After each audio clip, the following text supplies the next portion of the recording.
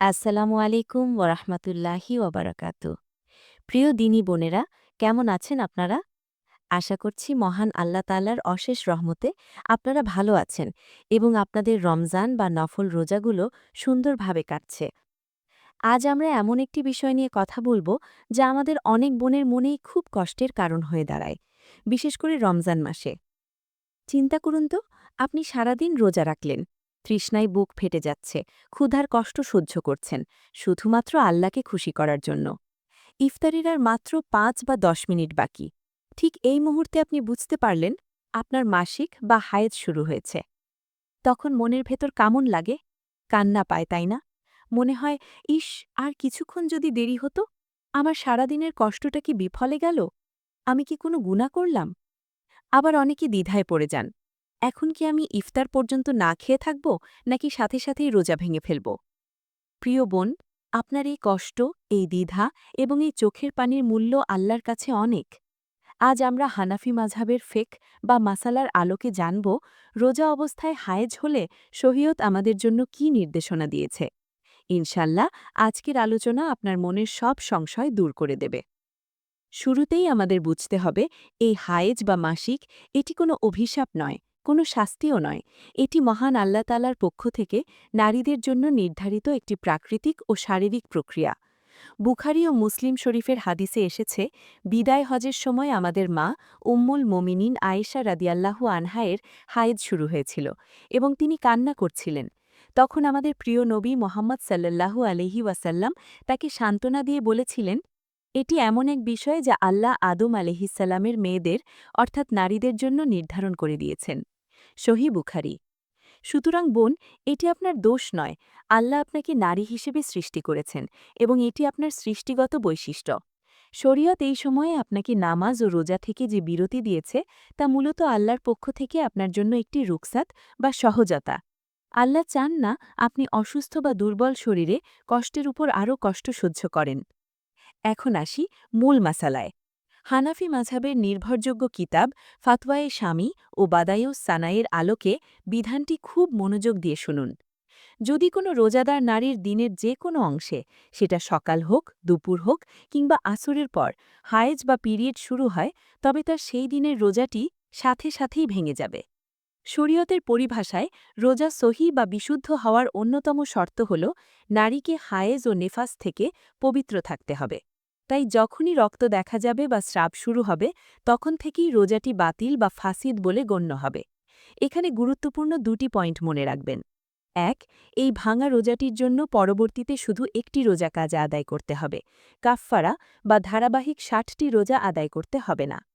অনেকে প্রশ্ন করেন, আপু, হায়েজ শুরু হওয়ার পর কি আমি ইফতার পর্যন্ত উপোস থাকব, নাকি সাথে সাথেই রোজা ভেঙে ফেলব? এর উত্তর হল, যেহেতু আপনার রোজা ভেঙে গেছে, তাই আপনি এখন আর রোজাদার নন। শরীয়ত আপনাকে না ছেয়ে থাকার কষ্ট দিতে চায় না, তাই আপনি পানাহার করতে পারবেন। তবে এখানে একটি সুন্দর আদব বা শিষ্টাচার রয়েছে। হানাফি ফিকাবিদগণ বলেন, রমজান মাসের পবিত্রতার প্রতি সম্মান প্রদর্শন করে হায়েজ শুরু হওয়ার পর প্রকাশ্যে পানাহার না করা উচিত। অর্থাৎ আপনার পরিবারের অন্য সদস্যরা যারা রোজা রেখেছেন, তাদের সামনে বা বাচ্চাদের সামনে খাবেন না। আপনি গোপনে বা আড়ালে প্রয়োজন অনুযায়ী পানি বা খাবার গ্রহণ করবেন। এটি রমজানের প্রতি আপনার অন্তরের শ্রদ্ধাবোধের প্রমাণ। কিন্তু মনে রাখবেন, রোজার সম্মানার্থে না খেয়ে থাকব এই নিয়ত করে উপোস থাকা তখন আর সওয়াবের কাজ নয়, কারণ আল্লাহ তখন আপনাকে খাওয়ার অনুমতি দিয়েছেন। সবচেয়ে বেশি প্রশ্ন আসে এই পরিস্থিতি নিয়ে। সূর্যাস্তের ২ মিনিট আগে হায়েজ হলে কি হবে? প্রিয় বোন, শরীয়তের বিধান আবেগের উপর নয়, আল্লাহর আদেশের উপর। হানাফি মাযহাবের স্পষ্ট ফতোয়া হল, সূর্যাস্তের ১ মুহূর্ত আগেও যদি নিশ্চিতভাবে হায়েজ শুরু হয়, তবে সেই দিনের রোজাটি গণ্য হবে না। হ্যাঁ, আমি জানি, এটি মানসিকভাবে খুব কষ্টের। আপনি হয়তো ভাবছেন, মাত্র ২ মিনিটের জন্য আমার ১৪ ঘণ্টার কষ্ট বিফলে গেল? না বোন, বিফলে যায়নি।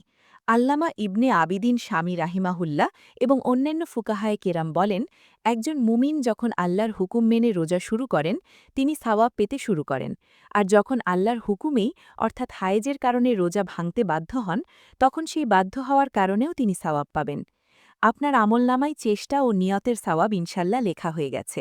কিন্তু বিধান হল, আপনাকে রমজানের পরে সুবিধাজনক সময় এই একটি রোজা কাজা করে নিতে হবে। অনেক সময় এমন হয় আপনি সাহারি খেয়েছেন, ফজরের নামাজও পড়েছেন, কিন্তু সকাল ৮টা বা ৯টার দিকে দেখলেন রক্তের দাগ। এখন এই রোজা কি হবে নাকি ভেঙে গেছে? এখানে বিধানটি নির্ভর করে আপনার ইয়াকিন বা নিশ্চিত হওয়ার উপর। ১. যদি আপনি নিশ্চিত হন যে রক্তস্রাবটি ফজরের ওয়াক্ত শুরু হওয়ার পরে কোনো এক সময় শুরু হয়েছে, তাহলে আপনার রোজা ভেঙে গেছে। আর যদি আপনি ঘুম থেকে উঠে দেখেন দাগ লেগে আছে, কিন্তু কখন শুরু হয়েছে তা নিশ্চিত নন, সেক্ষেত্রে হানাফি মাযহাবের মূল নীতি হল ঘটনাকে তার নিকটতম সময়ের সাথে সম্পৃক্ত করা। অর্থাৎ ধরে নেওয়া হবে যে আপনি যখন দেখেছেন তার কিছুক্ষণ আগেই এটি শুরু হয়েছে। যদি দেখার সময়টি ফজরের ওয়াক্তের পরে হয়, তাহলে রোজা ভেঙে গেছে বলে ধরা হবে।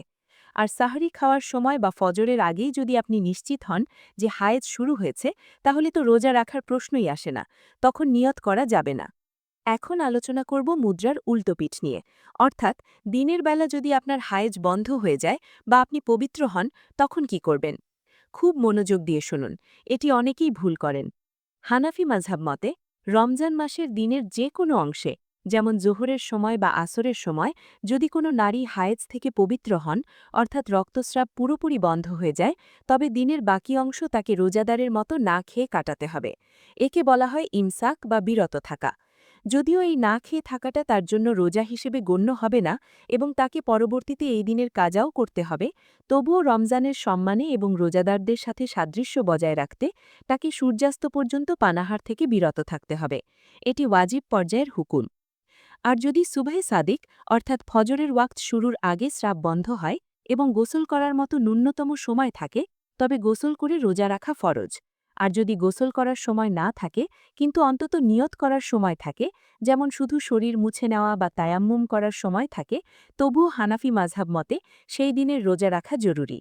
আমাদের সমাজে মা বোনদের মধ্যে কিছু ভুল ধারণা প্রচলিত আছে। আসুন সেগুলো শুধরে নিই। ভুল ধারণা ১. রোজার সময় হায়েজ হলে গুনাহ হয় বা রোজা অপবিত্র হয়ে যায়।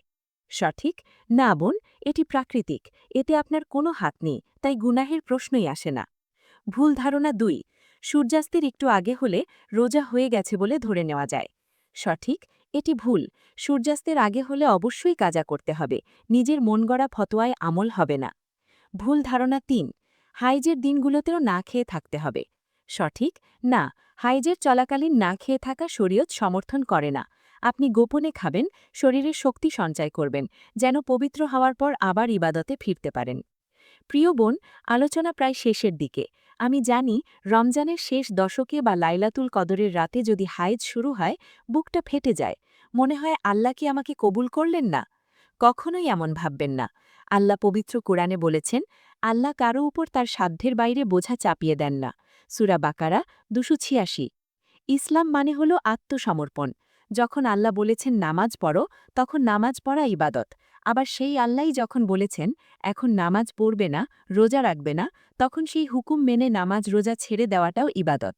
আপনি যখন হায়েজের কারণে রোজা ভাঙছেন বা নামাজ পড়ছেন না, তখন আপনি মূলত আল্লাহর হুকুমই পালন করছেন।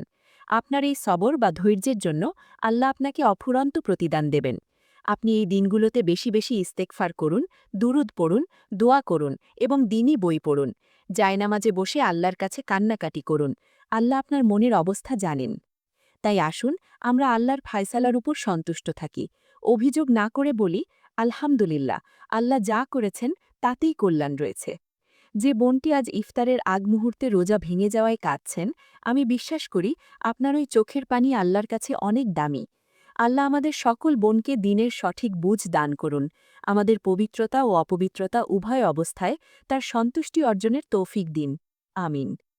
প্রিয় বোন, আজকের ভিডিওটি যদি আপনার উপকারে আসে বা আপনার মনে প্রশান্তি দেয়, তবে অনুরোধ করব ভিডিওটি আপনার পরিচিত অন্য বোনদের সাথে শেয়ার করুন।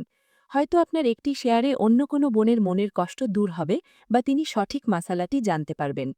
আপনাদের যদি নারীদের ফিকাহ বা মাসালা নিয়ে আরও কোনো প্রশ্ন থাকে, তাহলে সংকোচ করবেন না। শালীন ভাষায় নিচে কমেন্ট সেকশনে আপনার প্রশ্নটি লিখুন। আমরা উত্তর দেবার সর্বোচ্চ চেষ্টা করব ইনশাল্লাহ। দিনী শিক্ষার এমন আরও ভিডিও পেতে আমাদের সিস্টার্স ফিক ফোরাম চ্যানেলটি সাবস্ক্রাইব করে আমাদের সাথেই থাকুন। ভালো থাকুন, সুস্থ থাকুন, ঈমানের সাথে থাকুন। আসসালামু আলাইকুম ওয়া রাহমাতুল্লাহি ওয়া বারাকাতুহু।